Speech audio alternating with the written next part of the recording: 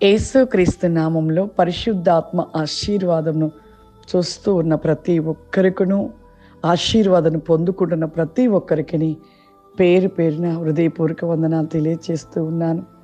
ప్రతిరోజు కూడా పరిశుద్ధాత్మ ఆశీర్వాదమును మనం పొందుకోవాలి. ఆశీర్వాదమే మనను ప్రతి విషయంలో జీవింపచేస్తూ, సమృద్ధిలో, ఆరోగ్య విషయంలో ప్రతిదీ కూడా ఆశీర్వాదకరంగా మనకు దేవాది దేవుడు అనుగ్రహిస్తున్న ఆశీర్వాదము.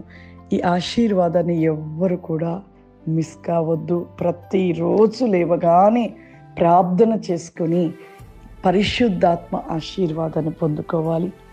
ఈరోజు వాక్య భాగాన్ని మనము ధ్యానించుకుందాం. సామెతల గ్రంథము 10వ అధ్యాయము 17వ వచనము. ఉపదేశమును అంగీకరించువాడు జీవ మార్గంలో ఉన్నాడు, గద్దింపునకు లోబడని వాడు త్రోవ తప్పును. దేవుని యొక్క మాటలు ప్రతి దినము మనం వింటున్నాము. ఆ యొక్క మాటలను అంగీకరించేవాడు జీవ మార్గంలోనే ఉంటాడంట, జీవంలో ఉంటాడంట. జీవము కలిగిన ఆ రాజ్యమునికి ఒక వారసుడుగా ఉంటాడంట. కానీ చాలా మంది ఉపదేశము కలిగిన దేవుని వాక్యపు మాటలు విన్నట్టుగా విని వాటిని అంగీకరించక వాటి ప్రకారము నడవక నిలిచిన వాడు ఆ జీవ మార్గంలోనికి ప్రవేశించాడు, ఆ జీవ మార్గంలోకి వెళ్ళలేడు. ప్రియులారా, ఎంతోమంది మన జీవితంలో వాక్యములు వింటున్నాము, కానీ వాక్యానుసారంగా నడుస్తున్నామా? అబద్ధములు ఆడవద్దు, తప్పులు చేయవద్దు, మోసం చేయవద్దు, దొంగిలించవద్దు ధనమును, ఇటువంటివి ఎన్నో మాటలు మనం వాక్యము నుండి తెలుసుకొనొచ్చు. ఆ మాటలు మనం వింటున్నాము, కానీ ఆ మాటల ప్రకారం నడుచుకుంటున్నామా? ఎవరైతే ఆ విధంగా ఆ యొక్క దేవుని యొక్క మాటలు అనుసరిస్తూ వాటి ప్రకారం నడుచుకుంటారో వారు జీవ మార్గంలో ఉంటారంట.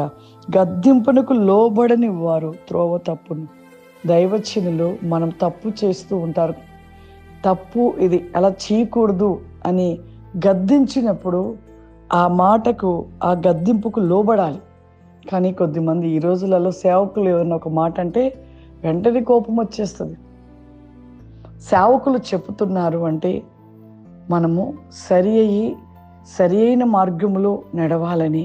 ఎందుకంటే సేవకులకు ఒక భారం ఉంది, ఒక బాధ్యత ఉంది.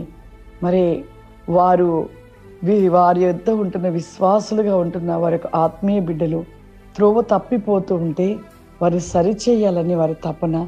వారు పడిన ప్రయాసం వ్యర్థమైపోతుందో ఏమని సేవకులు ఎంతో బాధపడుతూ ఉంటారు. ఒకవేళ వారు గద్దించినప్పుడు, వారి మాటకు లోబడినప్పుడు ఖచ్చితంగా మనం దీవించబడతాము. వారి మాట వినని వారిగా ఉంటే త్రోవ తప్పిపోయిన వారిగా ఉంటాము.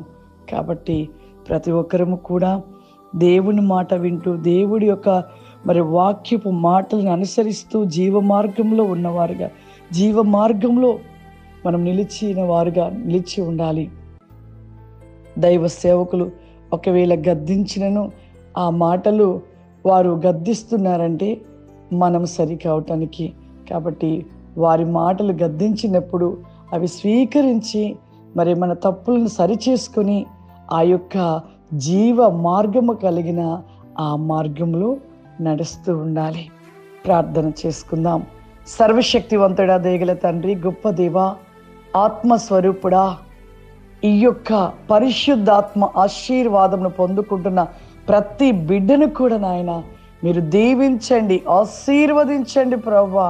ఈ యొక్క ప్రతి వేకముగా ప్రభువా, ఈ యొక్క ప్రోగ్రాము చూస్తున్న ప్రతి ఒక్కరిపై మీ ఆత్మను గ్లోరీ కాంది మైక్లేరాబాసి కావడిమా ఆత్మ వేకమైన శక్తి చేత నింపండి ప్రభువా. అగ్ని జ్వాల వేకమైన శక్తి చేత నింపండి ప్రభువా. వారి జీవితంలో ఈ దినమంతా వేకము ప్రభువా, సమృద్ధి, ఆరోగ్యము, సమస్త కార్యములను మీరు జరిగించమని యేసుక్రీస్తు నామమున నడుస్తున్నాను తండ్రి. ఆమేన్.